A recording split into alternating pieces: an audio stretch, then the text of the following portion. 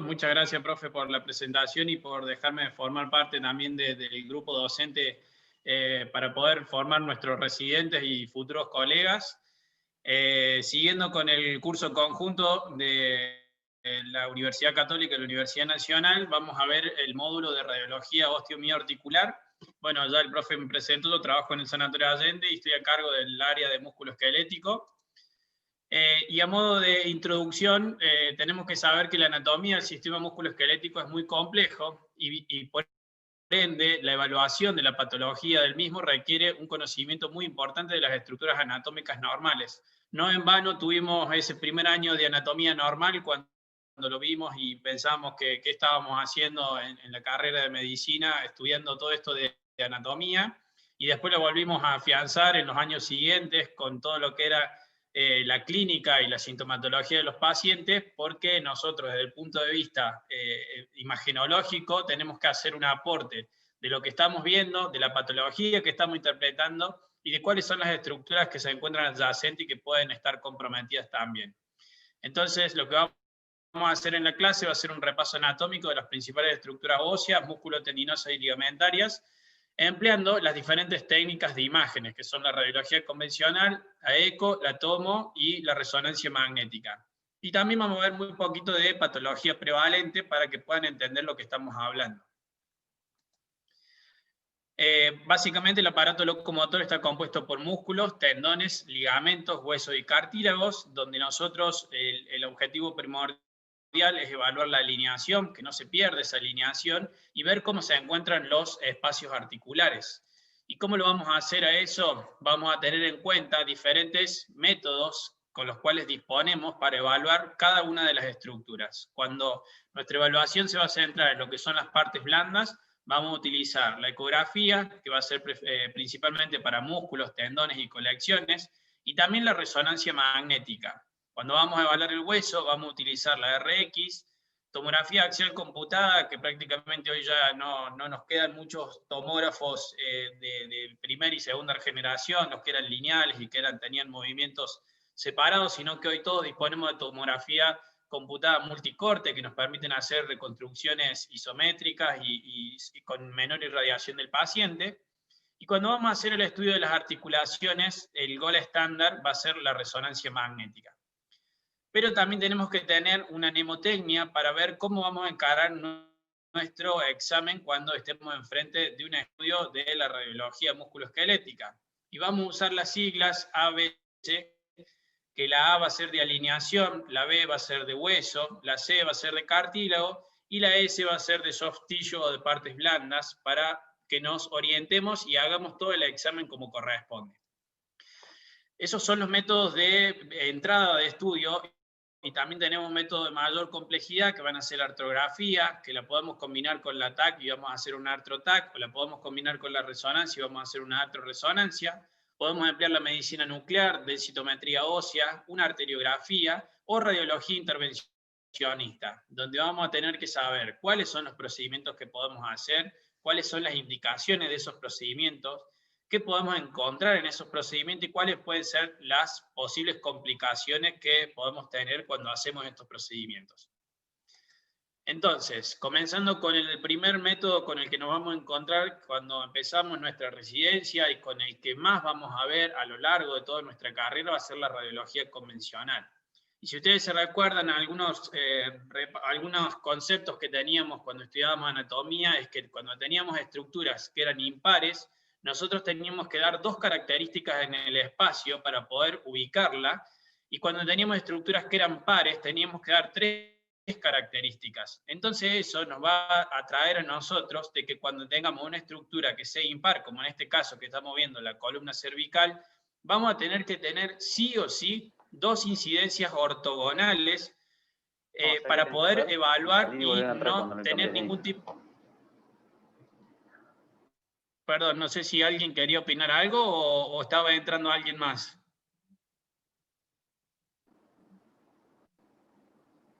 Ya está, Rodri, yo lo silencié, no estaban hablando. Ah, perfecto. Bueno, lo que yo le estaba diciendo entonces es que tenemos que tener, cuando una estructura de evaluación es impar, sí o sí dos incidencias ortogonales para evitar superposiciones y confusiones en cuanto a las estructuras que nosotros estamos evaluando. Entonces lo que nosotros estamos viendo acá es una radiografía de columna cervical, que a izquierda de la pantalla vemos el perfil, el frente, a la derecha vemos el perfil, y nosotros vamos a tener que seguir esas siglas que decíamos que eran la A, B, C y la S, la A de alineación, el hueso en cuanto a la morfología, el tamaño y la densidad, cómo está el cartílago y cómo están las partes blandas.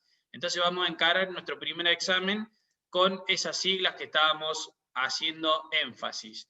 Vamos a tener, en cuanto a la alineación, saber que tenemos una lordosis fisiológica de la columna cervical, que tiene que haber congruencia entre todas las estructuras de la columna, y que para su estudio, cuando entremos después en mayor detalle, vamos a dividir en la columna anterior, la columna media y la columna posterior, saber que tiene que haber congruencia de los cuerpos vertebrales en el sector posterior, de cómo se tienen que encontrar los agujeros para el saco dural, cómo se tienen que encontrar las superficies articulares.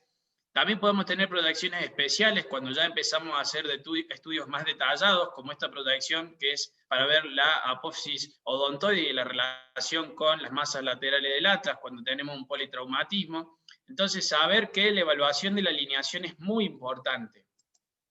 El segundo punto es la B de hueso, donde nosotros acá tenemos un ejemplo de una columna lumbar. De nuevo volvemos a la incidencia de frente y la incidencia de perfil, porque es una estructura que es impar, por eso tenemos que tener sí o sí dos incidencias, y después vamos a hacer estudio detallado de cada uno de los componentes óseos, que en este caso hacemos un aumento de esta vértebra lumbar L2, y vamos a ver cómo está la morfología, cómo está la cuadratura de ese cuerpo vertebral, cuáles son sus componentes, donde estamos viendo los pedículos, donde estamos viendo la lámina, donde estamos viendo la apófisis articular, la apófisis espinosa y la apófisis transversa, que lo tenemos que ver en forma simétrica de un lado y del otro, y que cuando encontramos algún tipo de asimetría nos tiene que hacer dudar y replantearnos de si con la sintomatología que trae el paciente requiere algún otro método de mayor complejidad, o nosotros ya les podemos dar alguna información al médico solicitante.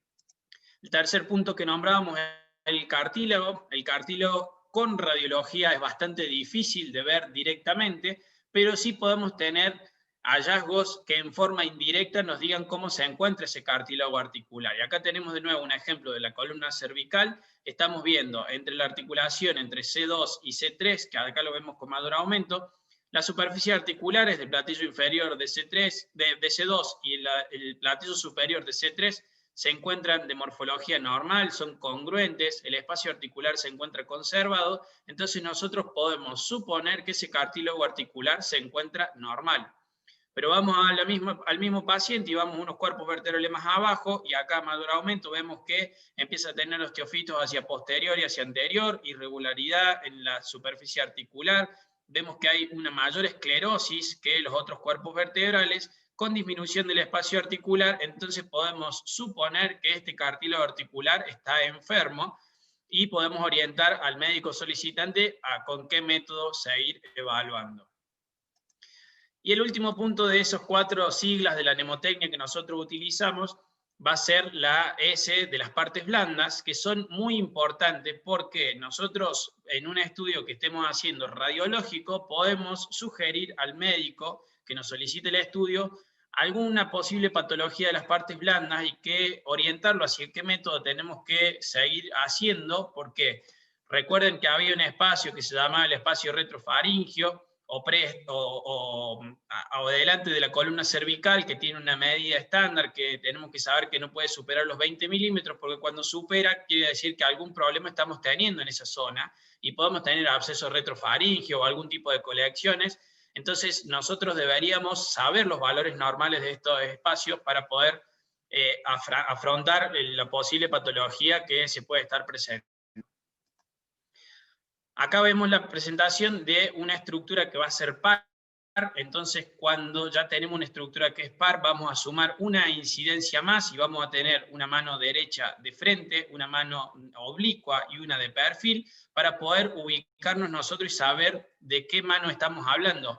Porque por más de que nosotros tenemos la marca que está puesta acá por el licenciado, muchas veces con el afán de hacer cada vez más paciente y tener mucha casuística, por ahí se confunden y en vez de ponerle derecha le ponen izquierda, o el médico que le pidió se confunde y después el paciente va y les dice que es la otra mano. nosotros tenemos que por lo menos saber que lo que estamos informando es lo que está correspondiendo al paciente. Entonces tenemos que ubicarnos nosotros en el espacio y poder decir que esta es la mano derecha por la posición que tiene, y si fuera para el otro lado sería la mano izquierda.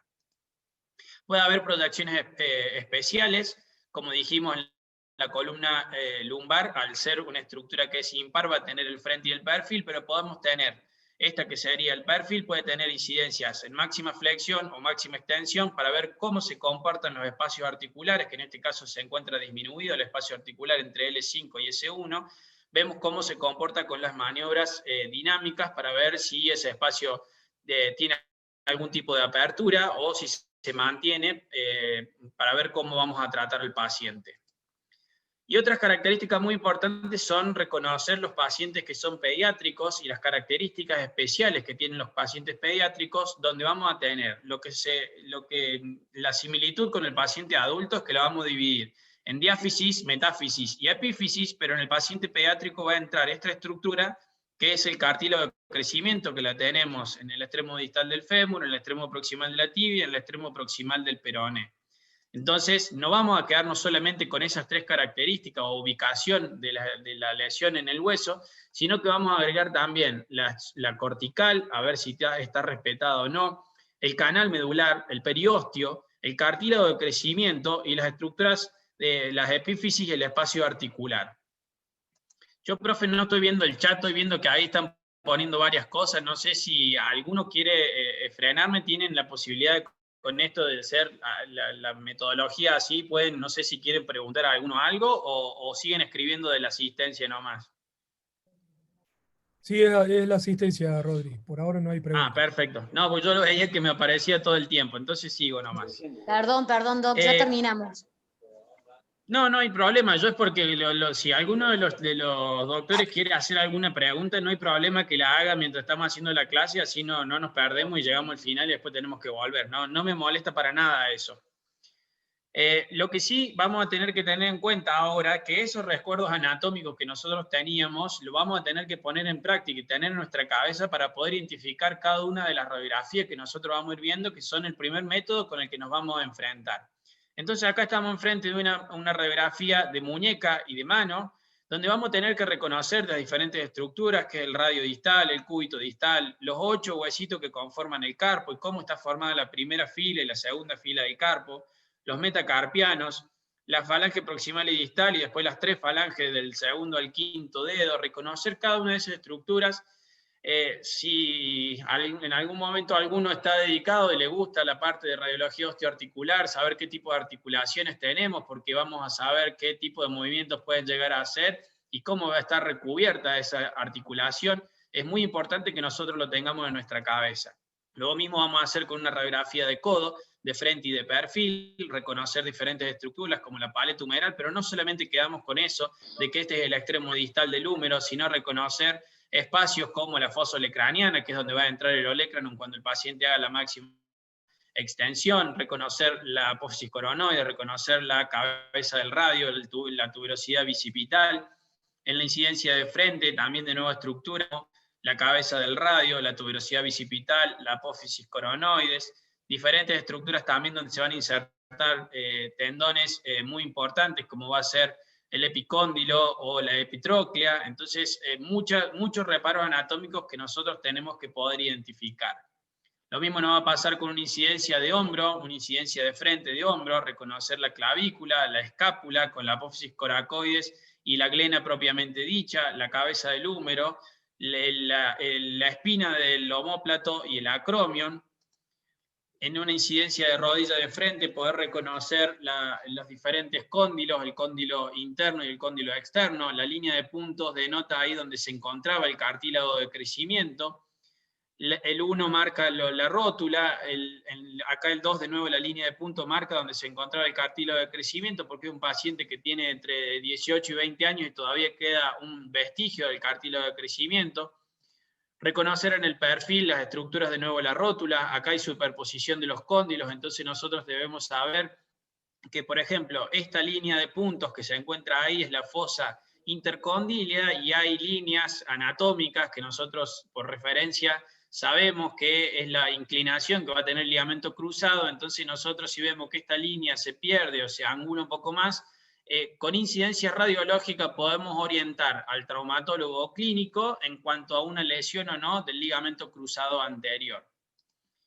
En la columna lumbar de frente vamos a tener que identificar las vértebras lumbares, las vértebras dorsales con las costillas, pero son muy importantes las partes blandas también. Miren la línea de puntos que es el número 8, nos denota el músculo psoas ilíaco, porque esa línea de puntos puede verse borrada cuando tenemos algún tipo de espondilodiscitis o colecciones en el músculo psoas o paravertebrales.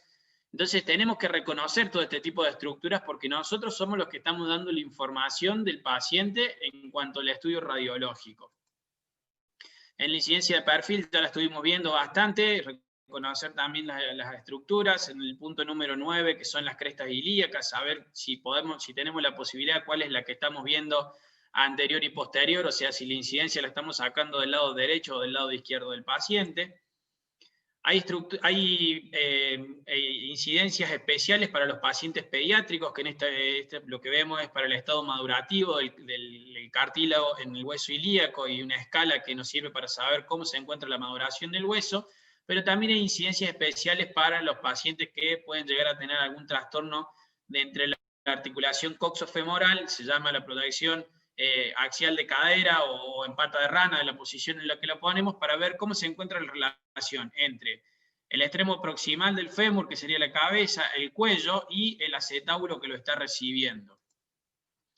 Siguiendo un poquito también con los ejemplos de la radiología convencional, vemos acá un tobillo de frente y de perfil, reconocer diferentes estructuras, que el extremo distal del peroné, el malleolo medial, astrágalo, pero miren las partes blandas. Este paciente ha sufrido un esguince y tiene un aumento de la densidad de partes blandas, entonces nosotros acá podemos orientar al médico que puede llegar a tener una lesión ligamentaria, entonces sugerirle un estudio ecográfico de resonancia magnética para poder saber qué le está pasando al paciente. Y la incidencia de pie, en este caso un lateral, reconocer el retropié, el medio pie y el antepié, con cada uno de los huesitos que lo componen y cada una de las articulaciones que lo componen. Sé que por ahí suena a mucho, pero bueno, el que se dedique a la parte de osteoarticular, nosotros esto lo tenemos que saber porque es lo que vemos todos los días. Y el primer módulo que ustedes, o la primera vez que se enfrentan con radiología osteoarticular, tienen que reconocer los diferentes reparos anatómicos. Acá vemos ejemplos de para qué pusimos en práctica todo lo que fuimos viendo. Miren, esto es una rodilla de frente y de perfil. Vemos que tiene disminución e irregularidad de la superficie articular, tanto del cóndilo como de las superficies tibiales. Vemos osteofitos ahí en esa zona. Vemos disminución del espacio articular femororotuliano. Entonces nos encontramos frente a un paciente con una gonartrosis tricompartimental y que, bueno, ya sabemos cómo lo van a seguir estudiando el paciente y por lo menos qué tratamiento pueden llegar a hacerle. Tenemos ejemplo abajo de ambos pies de frente, donde vemos que tiene una pérdida de la alineación normal de este primer rayo y tenemos un hallux valgus en forma bilateral, más acentuado del lado izquierdo que del lado derecho. Acá tenemos un paciente pediátrico porque vemos de nuevo los cartílagos de crecimiento y tenemos una fractura a nivel de la diáfisis del cúbito y del radio, sin marcada angulación, entonces el paciente este puede, en forma ortopédica con un yeso, puede resolver tranquilamente.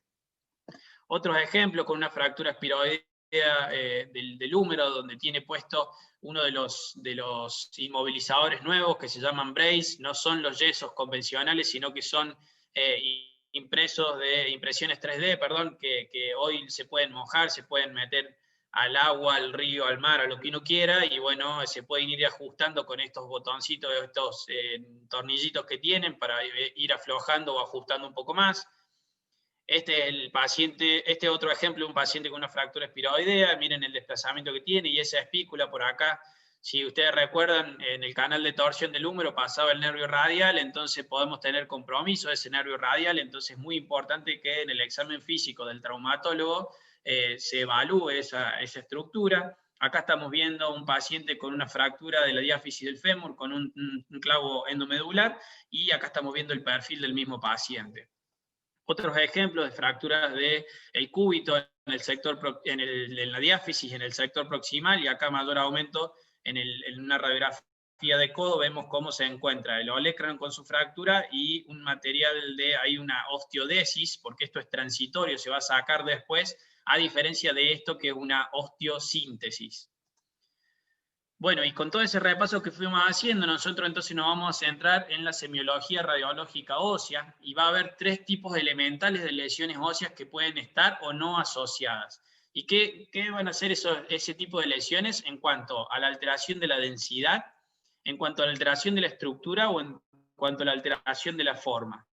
Estas 3 pueden estar en forma aislada o asociadas, y si están disminuidas en forma focal va a ser una lesión que va a ser osteolítica, o sea que está rompiendo el hueso, o si lo hace en forma difusa va a ser una osteopenia o osteoporosis.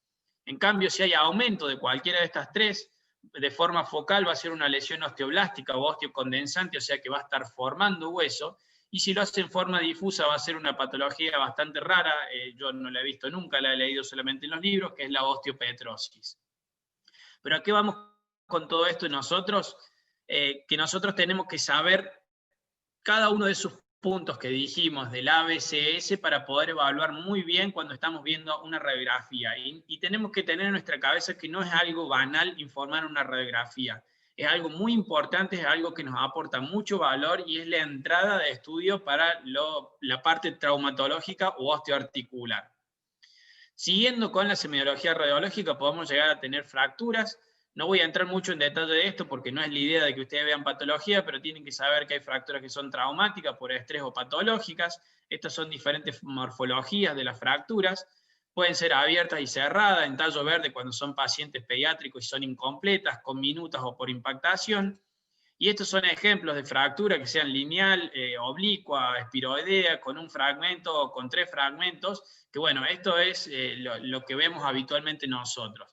Pero también tienen que saber que hay fracturas patológicas, como en este caso el paciente tiene una fractura con impactación, pero vemos que tiene una densidad bastante heterogénea ahí en la cabeza del húmero. Seguimos estudiando a la paciente, vemos que la fractura está completa y vemos que hay imágenes que son hiperdensas e hipodensas que van alternando, y bueno, el estudio de resonancia nos confirma eso, confirma la fractura con impactación, sin desplazamiento, y nos encontramos frente a una paciente con una fractura patológica que tras una biopsia y por la edad de la paciente confirmaron que fue un condrosarcoma.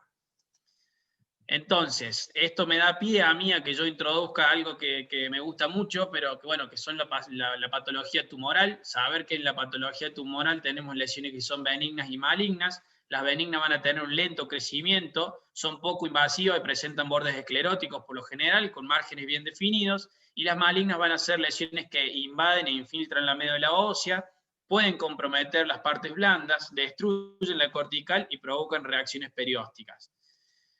Muy resumido, el orden que tenemos que hacer del análisis cuando vemos una lesión tumoral en el hueso es, vamos a tener que evaluar no solo la preferencia de los tumores por la edad y las distintas ubicaciones, sino ver cómo se están comportando los márgenes, la zona de transición, si hay o no reacción perióstica, cómo está la mineralización, el tamaño, el número de lesiones y si hay o no compromiso de partes blandas. Esto es lo mismo que estamos diciendo para poder llegar a un diagnóstico correcto o por lo menos una aproximación bastante importante de lo que sea un tumor óseo. ¿Dónde se van a ubicar? En todos esos lugares pueden haber múltiples ubicaciones, pero sabemos que hay algunos tumores que les gusta ubicarse en la epífisis, otros que se ubican en la metáfisis y que pueden atravesar la fisis, y otros que se ubican en la diáfisis. Este es otro ejemplo sacado de la bibliografía del libro del Greenspan, que es muy bueno para un inicio de la radiología osteomioarticular.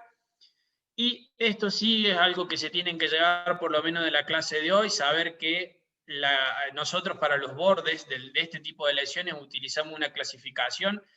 Ustedes lo van a tener, lo tienen que tener presente para todo lo que vean de la parte radiológica ósea. Si hay o no algún tipo de lesión y cómo se está comportando esa lesión. Y ese tipo de destrucción nosotros lo vamos a clasificar en una lesión geográfica, cuando nosotros decimos que tiene los bordes definidos, que podemos verlo a esos bordes, y puede ser tipo 1A, que es la lesión geográfica, cuando tiene un anillo esclerótico, si se fijan acá tiene una imagen bien marcada, hiperdensa, y este ejemplo es un lipoma. Podemos tener una lesión geográfica que nosotros decimos que comienza y termina ahí, pero ya está teniendo compromiso desde adentro del hueso hacia afuera, o sea, está comprometiendo la cortical, y es una lesión que es radiolúcida, pero nosotros no vemos en este el anillo, entonces pasamos a una lesión geográfica tipo 1B, y este ejemplo es un mieloma, o sea que miren que ya podemos pasar a una lesión maligna. Y la lesión tipo 1C, nosotros podemos decir que la lesión comienza ahí, termina acá en esta zona, pero ya tiene otros componentes que se le van sumando, como reacción perióstica, compromiso de partes blandas, y esta que es mal definida va a ser un ejemplo de un osteosarcoma. El segundo patrón estos son ejemplos también para que vean de cómo se van a comportar. Este tiene bordes bien escleróticos, es polilobulada y estamos enfrente de un fibroma no osificante. Esta es una lesión que nosotros decimos que tiene todo delimitado, pero no vemos ese anillo esclerótico y es un quiste oceaneurismático. Y acá en partes perdemos la ubicación porque no sabemos dónde se continúa y estamos enfrente de un ejemplo de un tumor de células gigantes. El segundo punto del tipo de patrón de destrucción va a ser una lesión apolillada. Son lesiones mal definidas con imágenes hipodensas e hiperdensas, pero de mayor tamaño. Fíjense esta que se ubica ahí atrás. Aparecen otras estructuras como reacción perióstica en catáfila de cebolla. También tenemos la presencia de un osteosarcoma. Y el último, el más difícil de poder diagnosticar por nosotros, un patrón permeativo, porque al principio, y puede pasar por meses, se puede confundir como un hueso completamente normal y van a ser múltiples lesiones puntiformes, bien chiquititas, que también alternan imágenes hipodensas e hiperdensas, pero se van acompañando de esta reacción perióstica, que pueden ser en peine o en cepillo, o lesiones en sol naciente, que bueno, en este caso el ejemplo es de un sarcoma de Ewing. Eso en cuanto al estudio radiológico y el primer pantallazo que ustedes tienen que tener. El segundo método que nosotros utilizamos para la parte de osteomioarticular va a ser la ecografía. La ecografía es muy buena, es barata, pero lo que tiene es que es operador dependiente, ya lo saben ustedes para cada una de las otras clases que han visto, pero necesitamos un entrenamiento muy importante para poder identificar cada una de sus estructuras. Podemos evaluar desgarros, podemos evaluar rupturas tendinosas, como el supraespinoso o el tendón de Aquiles. Podemos evaluar colecciones, los ligamentos, el tejido celular subcutáneo y si hay o no proceso inflamatorio del tejido celular.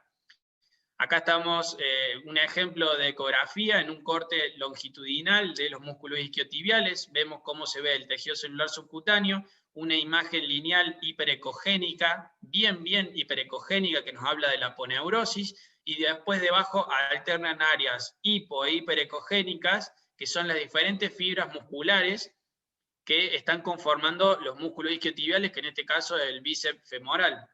Al mismo paciente giramos el transductor y el corte longitudinal que veríamos, ahora lo ponemos en un corte transversal y vemos que este es el músculo, y estamos viendo todos estos puntitos, que son las mismas fibras que veíamos acá, la estamos viendo de frente.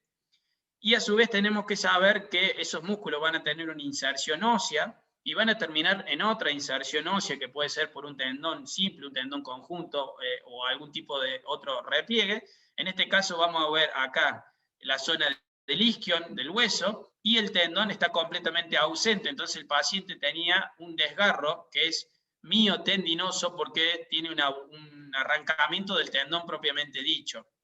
No era en la zona media del muslo, en la región posterior donde tenía el problema, sino que era insercional. Podemos ver estructuras ganglionares, que la pueden ver tanto en la radiología musculoesquelética como en cualquier parte del cuerpo, como vemos un ganglio bien definido, un engrosamiento del tejido celular subcutáneo con finas láminas de líquido, y si le pusiéramos Doppler probablemente esto tenga aumento de la vascularización al Doppler, entonces estamos frente a una celulitis. Podemos evaluar diferentes tipos de quistes o colecciones, como un quiste de Baker, y también podemos evaluar las estructuras arteriales y venosas, que son patrimonio del estudio Doppler, pero que nosotros en la parte osteomio también la podemos ver. En cuanto al estudio tomográfico, permite una mejor evaluación del eje axial del hueso y de las estructuras adyacentes, porque nosotros axial, en cuanto a radiología, no podemos verlo. Nos permite hacer reconstrucciones multiplanarias en 3 dimensiones y una mejor evaluación de la patología ósea. En cuanto a la patología tumoral, nos sirve para estadificar y nos sirve para evaluar muy bien el trauma. Nosotros acá estamos viendo tomografías axiales que están contrastadas, o sea, puede ser un estudio tomográfico abdominal por algún otro problema o algún politrauma, entonces no hace falta que irradiemos de nuevo al paciente, sino que cambiamos nosotros la ventana y evaluamos la parte ósea. En este caso es un estudio que estaba contrastado y nos sirve para ver muy bien la articulación coxofemoral. Seguimos bajando y el paciente vemos a nivel del tercio medio de los muslos, vemos el fémur, vemos las estructuras vasculares y todo el componente muscular del cuádriceps, los aductores y la zona de los isquiotibiales. Este estudio tomográfico nos permite hacer reconstrucciones multiplanares, entonces pasamos también a un corte coronal, donde evaluamos la columna lumbar, los huesos ilíacos con la articulación coxofemoral, y miren cómo el estudio era tomográfico abdominal, porque vemos cómo los riñones están excretando, ahí vemos el apéndice, vemos los músculos psoas, el músculo ilíaco, los músculos glúteos, o sea, podemos hacer evaluación de todas las estructuras. Sirve muy bien para hacer evaluación del eje axial, pero se nos dificulta mucho poder decir si hay compromiso o no de partes blandas. Entonces, para una estadificación local de una lesión tumoral, no va a ser la tomografía la que nos va a dar la estadificación, sí va a ser la resonancia. Pero cuando nos toque evaluar la posibilidad de lesiones a distancia, como metástasis pulmonares o metástasis en otras estructuras, sí va a ser la tomografía la que nos va a aportar esa información. Nos sirve muy bien para los estudios de patología traumática, como en este caso el paciente había tenido una luxación glenumeral, vemos una irregularidad en la cabeza del húmero, vemos una lesión en la glena ósea, acá lo vemos en un corte axial, en un corte coronal y en un corte sagital oblicuo. Para poder ver la glena vemos que tiene todo este defecto con esta fractura ósea, entonces estamos frente a un paciente con una lesión de Bankart ósea, porque es como la llamaron acá en la parte de la glena. Podemos hacer reconstrucciones tridimensionales que nos marcan muy bien dónde está la lesión. Podemos hacer estudios comparativos de espinografía de frente con el estudio tomográfico, con las reconstrucciones tridimensionales, y acá está el estudio nativo de la tomografía, y sirve muchísimo, pero muchísimo para la evaluación y la planificación del traumatismo para los traumatólogos. Nosotros le tenemos que aportar el estudio tomográfico y decirle qué compromiso hay, qué compromiso de las superficies articulares, si hay desplazamientos o no. Miren, este compromiso tengo hundimiento del platillo tibial, tengo impactación de la fractura, y aparte tengo una desviación en valgo de la rodilla, entonces el traumatólogo va a tener que saber cómo ir a corregir eso. En cuanto a la resonancia magnética, es el método de elección para el estudio de las articulaciones, como dijimos. Evalúa muy bien los derrames articulares y extraarticulares, sirve muchísimo para el estudio de partes blandas, y en las lesiones óseas va a ser el que nos va a dar el grado de infiltración tumoral, si hay o no compromiso de partes blandas. Muy abreviado un repaso de qué hacemos cuando el paciente tiene que hacerse una resonancia magnética. Sé que ustedes están iniciando en la parte radiológica, pero es algo que les puede servir. El paciente va a ingresar al imán, el licenciado va a emitir una onda de radio que va a ser o desde el propio resonador o con una antena que se le va a colocar al paciente para hacer un estudio focalizado. Posteriormente se va a interrumpir esa onda, y esa interrupción de la onda va a hacer que se emita una señal que la puede recibir la misma antena que tiene colocada si estamos estudiando una rodilla o un hombro, o la puede emitir el mismo resonador que tiene antenas de superficie. Entonces, cuando nosotros hacemos todo eso, después se va a reconstruir por principios matemáticos y físicos, se va a reconstruir la imagen, y esto es lo que nosotros vamos a obtener. Ojalá fuera tan fácil de poder resumirlo en estos 5 redondelitos y poder decir que así vamos a tener una resonancia magnética. Es mucho más complejo, pero bueno, básicamente esto es lo que pasa en forma resumida. Esto es un resonador, como nosotros lo tenemos, un resonador Philips. Esto es un protocolo estándar de cualquier estudio de músculo esquelético. Nosotros ahora le hemos agregado a todos los protocolos de la secuencia de difusión para poder evaluar el movimiento de las moléculas de agua. Y esto es muy importante para que ustedes tengan en cuenta. Nosotros en músculo esquelético tenemos 2 secuencias madres que después van a derivar el nacimiento de algunas otras. Una secuencia que nosotros veamos el hueso blanco, el músculo negro y la grasa la veamos blanca, y el líquido, que es lo que estamos viendo acá en este receso, lo veamos negro, vamos a estar enfrente de una secuencia T1.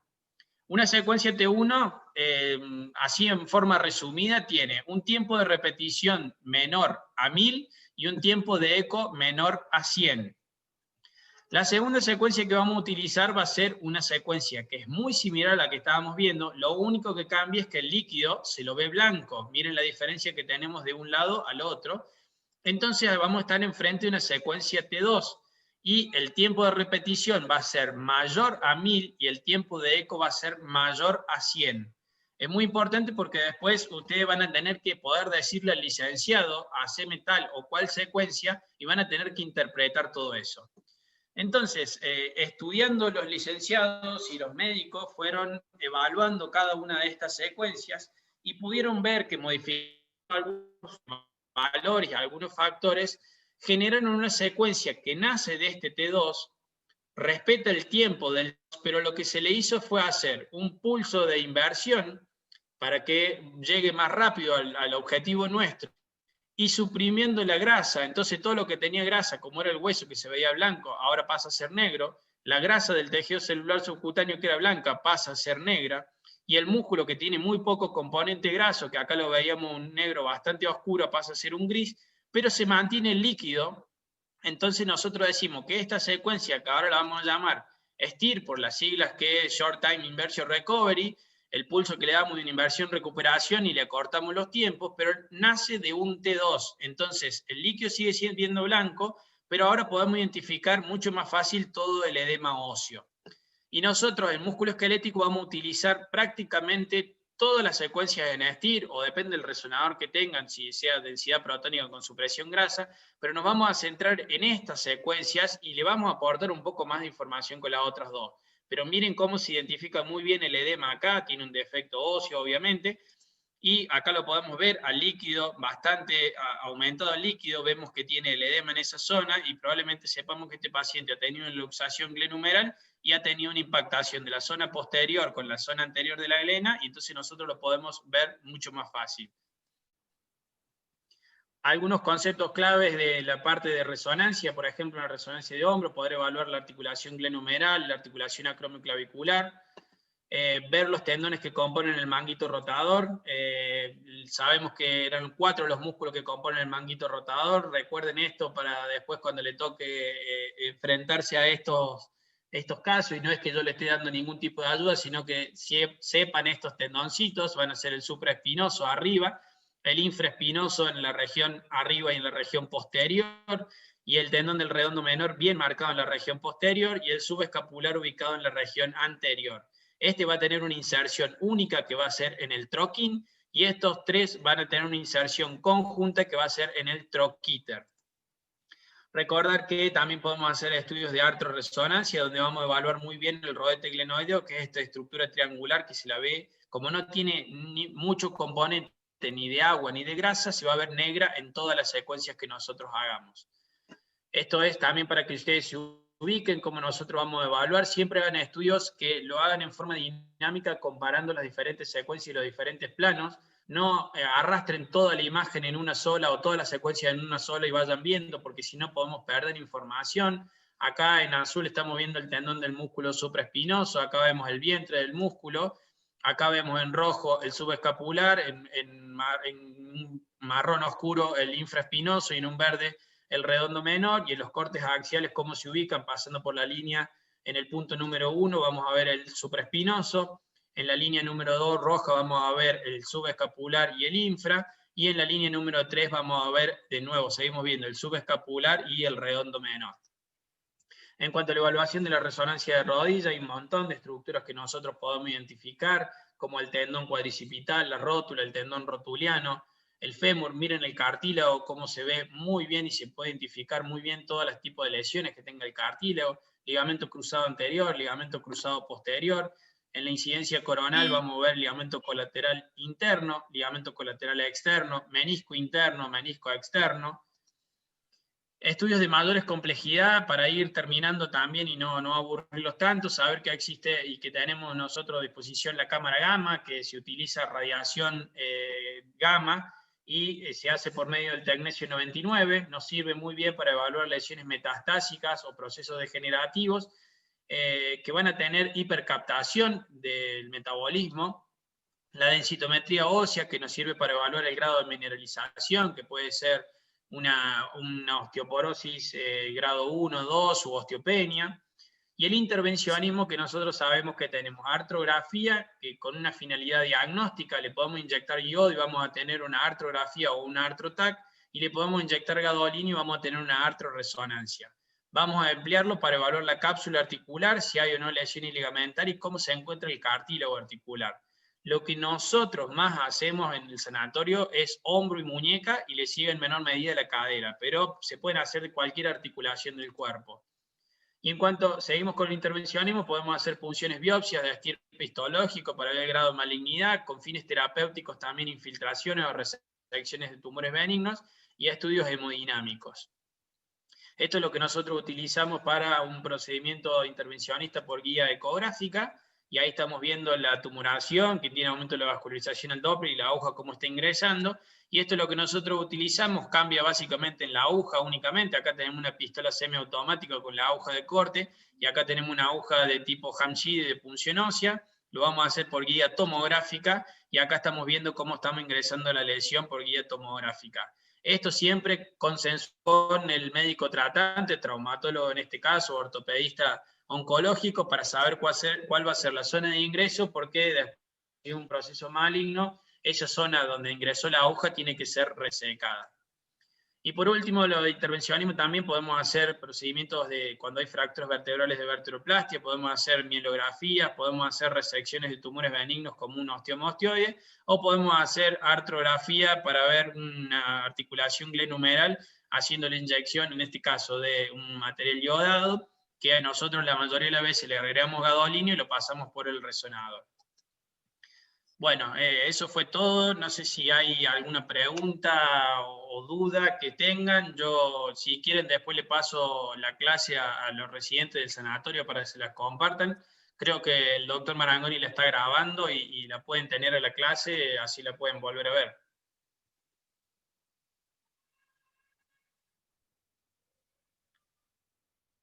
Sí, Rodrigo, ha sido grabada completa, así que seguramente después Virginia lo va a subir. Muchas gracias por la clase, fue muy clara, realmente muy interesante. Y hacerles un pequeño comentario a todos los residentes, que es que particularmente en este ámbito del sistema osteoarticular es el uso frecuente de más de un método de diagnóstico, ¿no es cierto? Vos me vas corrigiendo si no, Rodrigo, para poder categorizar algunas lesiones y resaltar el hecho de que, a pesar del gran avance de la tecnología y de métodos de diagnóstico cada vez más sofisticados, la RX, al igual que la RX de los huesos, al igual que la de tórax, voy a pasar mi mensajito porque a mí, como ustedes saben, me gusta el tórax, este, la radiografía, a pesar de todo, sigue siendo la herramienta prácticamente principal, porque es el primer contacto que tenemos con los huesos, y es todavía práctico, rápido, sencillo de realizar, muy barato, y como ustedes vieron, como les explicó recién el doctor Rodrigo Re, la información que brinda realmente es muy útil, da un panorama muy importante de lo que está ocurriendo, no solo con la estructura dura, sino también con las partes blandas y los espacios articulares. Pero obviamente que también el conocimiento de ustedes tiene que referirse a cómo continuar, ¿no es cierto? Si a ustedes les piden una RX o una ecografía, que también, como vieron, es de fundamental importancia para esta parte del organismo, ustedes tienen que saber también decirle al médico traumatólogo o al cirujano o al clínico cómo tienen que seguir, con qué estudio tienen que seguir, ¿no? Y después de la simple, llamémosle simple, ecografía o de la simple RX, podemos llegar a cosas tan sofisticadas como la tomografía, la resonancia magnética y el PET. Así que no solamente nuestra tarea es tratar de identificar y de hacer el diagnóstico más cercano, deduciendo de las imágenes las manifestaciones patológicas, sino que también tenemos que ser pensantes y colaborar con el equipo de trabajo. Más que nunca en estos momentos se trabaja en equipo entre los radiólogos, los traumatólogos en este caso, los patólogos, los cirujanos de la parte musculoesquelética, y nosotros como radiólogos tenemos realmente un papel hoy preponderante, ¿no? Somos requeridos en todos los ateneos donde se discuten los casos y nuestra opinión importa y mucho. Por lo tanto, tenemos que saber, y saber significa sentarse a leer y estudiar mucho. Así que, bueno, como dijo el doctor, si yo me fijo a ver si hay alguna pregunta en el chat, no hay ninguna. Si alguien quiere habilitar el micrófono y hacer alguna pregunta, lo puede hacer ahora, les damos 30 segundos y si no, damos por terminada la Tengo sesión. doctor, ¿qué tal? Buenos días. Yo soy del hospital privado, una consulta. En el Instituto Ulton, ¿existe un fellow de osteomío? Ah, y vos sabés que el doctor Lucino no está conectado, él es ¿viste? De la Fundación Ulton. La verdad que no sé, Rodrigo, ¿vos tenés conocimiento? Se me cortó justo cuando estaba hablando, pero ¿qué decía un fellow de osteoarticular? Sí, Exacto, existía. pregunta si en Ulton, No, pero no, no está. no, nosotros acá en Córdoba no tenemos fellow de osteoarticular, nosotros habíamos presentado todo en la Universidad Católica, lo tenemos aprobado, pero nunca lo pusimos en práctica el fellow. Muy bien, muy bien.